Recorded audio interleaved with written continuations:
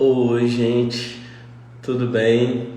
A nossa live ela encerrou. A gente vai começar uma outra aqui só para a gente concluir o assunto. A gente está falando sobre alfabetização infantil, método fônico, avanço das neurociências a respeito dos métodos de aprendizado, de leitura e escrita. As nossas parceiras entrevistadas, Nájila, Neiva e Débora Monte. Esperar elas entrarem e a gente vai continuar aqui. A gente concluir o raciocínio e falar um pouquinho sobre os avanços da ciência, né, das neurociências a respeito do ensino-aprendizagem, que embasam, inclusive, o método fônico, né, em relação a outros métodos que são mais tradicionais no processo de aquisição da leitura e da escrita. Esperar a Nájila e a Débora voltarem aqui.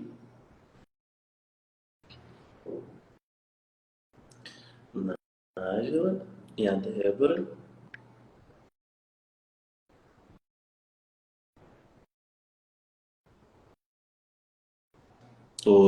Oi, Nájila e Débora. Estou aqui Conseguiram tentando voltar? descobrir por que não estava retornando, mas eu não consegui. Mas vamos concluir aqui. A Nájila estava aqui explicando.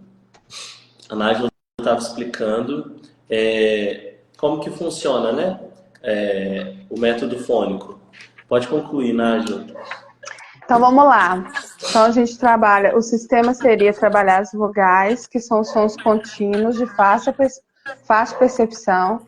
Depois que a gente trabalha esses sons das vogais, os encontros vocálicos, a gente passa para o que a gente chama de pares fricativos, que é o que a gente consegue permanecer aqui. E aí a gente trabalha em pares, FV, SC, que vai ser SC, não, SZ, que aí a gente também tem o mesmo movimento de zzz. Então o sopro ele é o mesmo, a articulação ela é a mesma, mas a vibração é diferente. A gente trabalha o T e o D, que também são pares, que é T, T, que são muito parecidos. A gente trabalha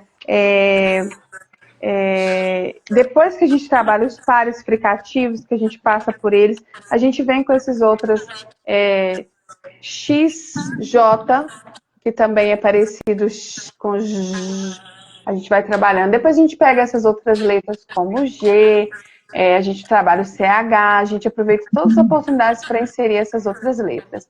E a gente parte para as que são as nasais e plosivas, né, que seria o M, que é o N, e as plosivas, que é o B, o P, que é o D, o T, que apesar de trabalhar ainda em pares, mas já são plosivas, que é D, T, que é B, P. Então, seria esse esquema. A gente não trabalha, é muito interessante nesse método isso, a gente não trabalha sequência alfabética, a gente trabalha por nível de complexidade. E aí, na medida que a gente vai trabalhando, às vezes o pai fala, nossa, mas ele não sabe nem o B, só que o B está lá no final do sistema, ele está lá, ele é um som difícil de ser pronunciado. Então, esse é o sistema do método fônico. E aí, por que ele favorece? Porque quando você já trabalhou, a gente trabalha exaustivamente o sistema com as vogais. A criança compreender que existe ali uma letra que tem um som e aonde ela estiver, eu pronuncio aquele som. Quando a criança consegue entender esse sistema, qualquer outra letra que entrar, ela já entendeu. Então, quando ela aprende o som do F, e aí ela aprende que se ela juntar, aquilo vai formar sílabas que depois formam palavras, ela passa sozinho. Antes que a gente chegue nas sílabas complexas, ela começa a ter essa percepção, porque aí, diferente do método silábico, quando ela vê um R entre o B e o A, ela consegue fazer o som do R ali.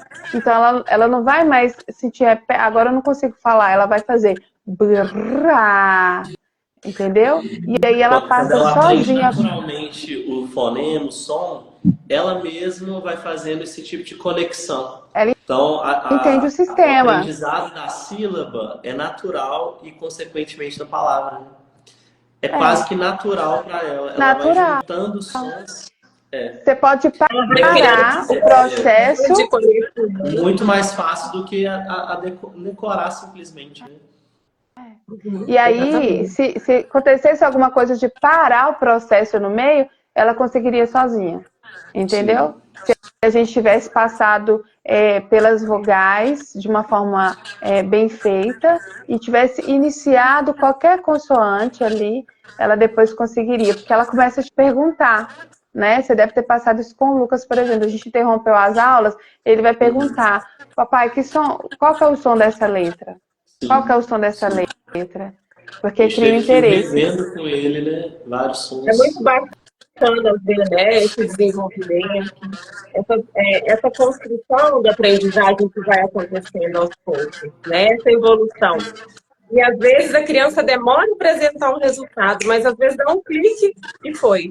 Né? De repente você fala, olha, achei que nem estava funcionando e vai. É muito Uhum. bacana esse processo O insight, da O aprendizagem. o insight ele insight acontece é, em qualquer momento, né? é. Quando ela E a gente entende ali, né, o processo, nossa, isso é isso. Dali rola aquele salto, né? Aquele Gente, eu salto. vi várias pessoas aqui, né? Algumas mães que eu acompanho as crianças, eu estou muito feliz de vê-las aqui. Ah, que legal. Algumas, assim, que esse tema é muito interessante, né, a elas. Então, assim, e é um tema que tem muita coisa para a gente falar ainda, né?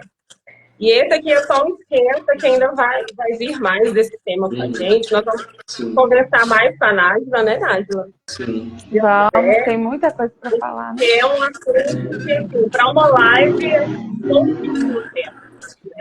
Não tem como esgotar, né, agora o assunto numa live. Como a Débora falou, é um esquenta, porque ainda, né, a gente teve problema hoje É, de saúde, que não foi possível a gente gravar no estúdio nosso podcast, né?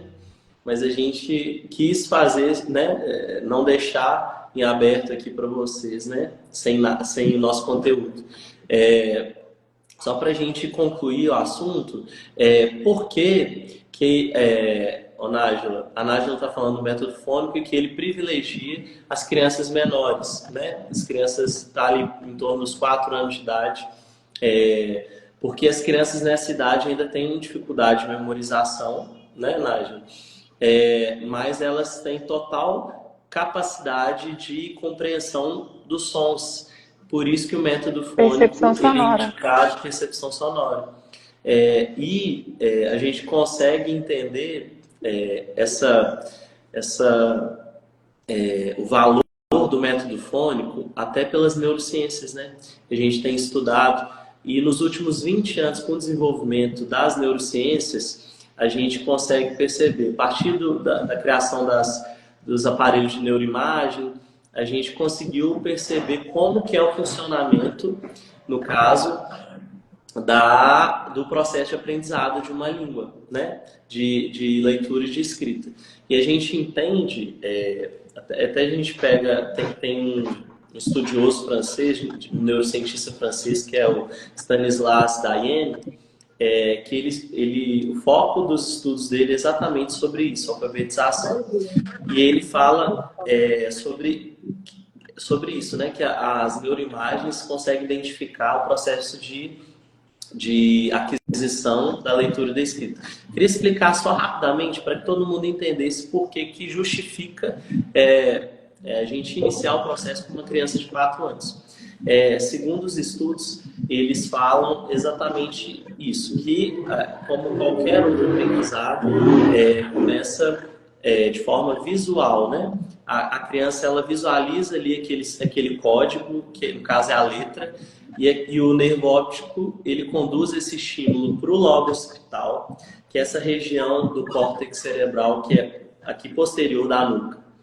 E lá naquela região do córtex, ele vai para uma região específica que inicialmente na nossa vida é uma região associada com a nossa identificação facial. nosso reconhecimento facial dos primatas de modo geral, não só do ser humano quanto de outros animais mamíferos. É uma região que ele chama hoje, com os estudos, de caixa de letra cerebral. Porque inicialmente essa região ali no lobo occipital, que na nossa nuca, quando o nervo óptico leva para aquela região, ela começa a sofrer um processo de neuroplasticidade. Ela inicialmente funciona como reconhecimento facial, mas depois ela começa a ser ativada de forma mais frequente pelos estímulos das letras. Então, por isso que eles denominaram, os neurocientistas, essa região como caixa de letra cerebral. Isso prova também a neuroplasticidade do nosso cérebro, né? Que regiões do cérebro elas vão migrando para outras áreas, dependendo das nossas experiências no dia a dia. E aí, como que funciona? Então, chegou o estímulo nos olhos, o nervo óptico levou para a região da caixa de letras, aqui no lobo occipital. De lá, ele encaminha, a caixa de letras encaminha para duas regiões do cérebro, que é uma região de significado e a região de identificação dos sons e de pronúncia. Então, aí se forma um sistema de aprendizado o processo de aprendizado da alfabetização, de leitura e escrita. Então, se formou aí, você consegue perceber? Se formou aí um circuito mesmo, que é o circuito de aprendizado de uma língua. Sendo que uma criança de 4 anos, ela já desenvolveu, pelo menos de modo geral, a sua formação fonológica. Ela já tem, de certa forma, uma maturidade em relação ao aprendizado fônico, né? Fonético mesmo, né, Nádia? Né, Débora? Então, aquelas regiões que já existiam, porque ela já aprendeu uma língua, porque ela já sabe falar, ela já sabe se expressar, ela já sabe identificar os sons, e ela já criou sentido para aquelas palavras que ela ouvia. Ela já cria expressões, frases, então ela já desenvolveu aquela região lexical, que é a região do significado das coisas, e a região de identificação da pronúncia. Mas só que essas regiões, esse circuito que antes era só para a linguagem falada, que é o que ela já adquiriu, agora ela vai ter uma dupla função aí, não só da linguagem falada, mas como também da linguagem escrita. Então ela já vai identificar também através das letras, à medida que ela vai lendo os códigos, né, que são as letras, posteriormente a sílaba e depois as palavras. Então, por isso que o método fônico ele é indicado para crianças menores e, inclusive, esses neurocientistas, o próprio Stanislas Dehaene, ele é um defensor, no caso, do método fônico, exatamente por isso, pela simplicidade dele e eficiência. É um método que a criança consegue assimilar de forma simples e de forma rápida, né, nesse processo de ensino-aprendizagem. Né, meninas? E é importante, Renata, a gente né? repetir que tudo isso que você falou são exames de imagem. Então, assim, é uma tecnologia que não tem como a gente duvidar. São imagens. Sim. E a gente vai percebendo, quanto mais a gente vê a neurociência avançando nessa área, né, com essas pesquisas nesse campo da alfabetização, a gente percebe de como o método fônico favorece o processo natural de aprendizagem. Ele faz parte desse processo natural de desenvolvimento do cérebro em si, né? E aí, só que é para quem quer ver, é para quem quer olhar para ele, é para quem tem interesse nele. Existe uma resistência por causa do aprendizado, até de educadores que aprenderam de forma diferente. É difícil a gente aprender alguma coisa nova, né? Isso tira a gente da zona de conforto, é super compreensível. Mas para isso que serve a ciência, como a gente falou no início da outra live. A ciência, os estudos, eles são desenvolvidos para melhorar a nossa vida. E à medida que você vai estudando e aprendendo coisas novas, não faz sentido a gente permanecer em métodos que não têm a mesma eficiência do que os métodos que são indicados, né, por estudos mais recentes. Então, por isso que a neurociência em si, a ciência psicológica, ela está a serviço da pedagogia, exatamente para isso, para instrumentalizar os educadores e os pais, no nosso caso aqui, pais, para ajudar, auxiliar os seus filhos a se desenvolver da melhor forma possível. E se a neurociência hoje fala que a criança, a partir dos 4, 5 anos de idade, tem total capacidade de aprender a ler e escrever, e eu sou uma prova disso, porque eu tenho aqui a minha filha, foi pré-alfabetizada aos 4 e 5 anos e alfabetizou aos 6 anos, e agora o meu filho. Então, há provas, né, de que esse método é eficaz. Então, assim, a gente precisa, tanto pais quanto educadores, se abrir para esse mundo de possibilidades que os estudos nos proporcionam, né? Então, é isso. Nájila, fala pra gente, quem quer te encontrar, como faz? É seu Instagram, qual que é? Só antes eu vou aqui, né? A gente não vai entrar no mérito, não é a questão, não é o objetivo, mas vale a gente lembrar também que todas essas escolhas dentro do sistema educacional, elas vêm de escolhas políticas. Tudo é política. Então, a escolha do método que um país escolhe também para alfabetizar o seu povo também é uma escolha política, né? Não é a nossa discussão hoje. Mas o meu Instagram é @najila.educadora. Para quem quiser me procurar lá, ver as postagens, um pouquinho das nossas aulas, a forma como a gente trabalha. Eu trabalho com abordagem lúdica, eu trabalho com ensino explícito, eu trabalho com a escrita também, mas tendo como primícia aí a ludicidade, sim, o desenvolvimento do raciocínio lógico através dos jogos de tabuleiro, dos jogos de madeira, das brincadeiras, e como foco principal de alfabetização, o método é o método Fônix. Então, Najila.educadora. Muito obrigada. Desculpa. Não. Mas muito obrigada, viu? Foi muito bacana ter você aqui com a gente. Né? Estaremos mais vezes, se Deus quiser, juntos, né? O meu Instagram é debora.neuropsi, Renato.valeriano, né? Renato.valeriano. Oi? Renato.valeriano. Isso. E estaremos juntos em breve, se Deus quiser. Semana que vem, né? Estaremos juntos. Semana que vem, na quinta-feira, às 8 horas da noite, vai ter Quem Sabe Pode. De volta ao estúdio, normalmente, né? Hoje, quem chegou agora, hoje a gente fez o nosso podcast como livecast por motivos de saúde, né? Eu tive uma crise alérgica por causa dessa baixa umidade do ar aqui em BH, e o ar-condicionado lá no estúdio não ia ser muito bem-vindo. Mas foi ótimo. Muito obrigado, meninas, Débora, Nájila.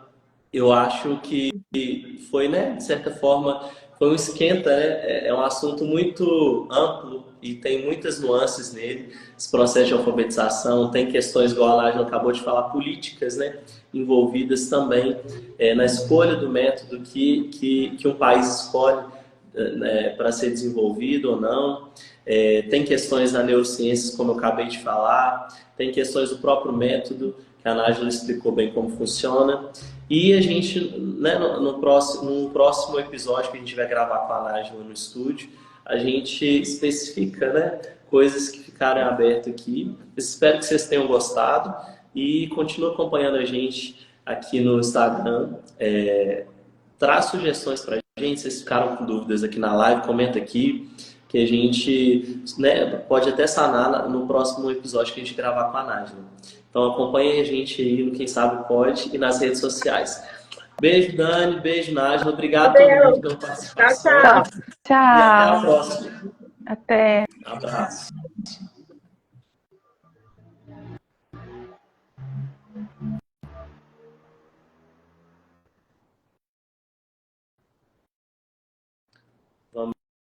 encerrando aqui então, gente, a nossa live. Muito obrigado pela participação de vocês. Espero que vocês tenham, né, gostado do assunto, do conteúdo. Então comenta aqui o que vocês acharam. Se tiverem alguma dúvida, como eu falei agora, né? Só colocar aqui pra gente que no próximo episódio a gente tenta discutir a respeito. Então até uma próxima aí e a gente se vê.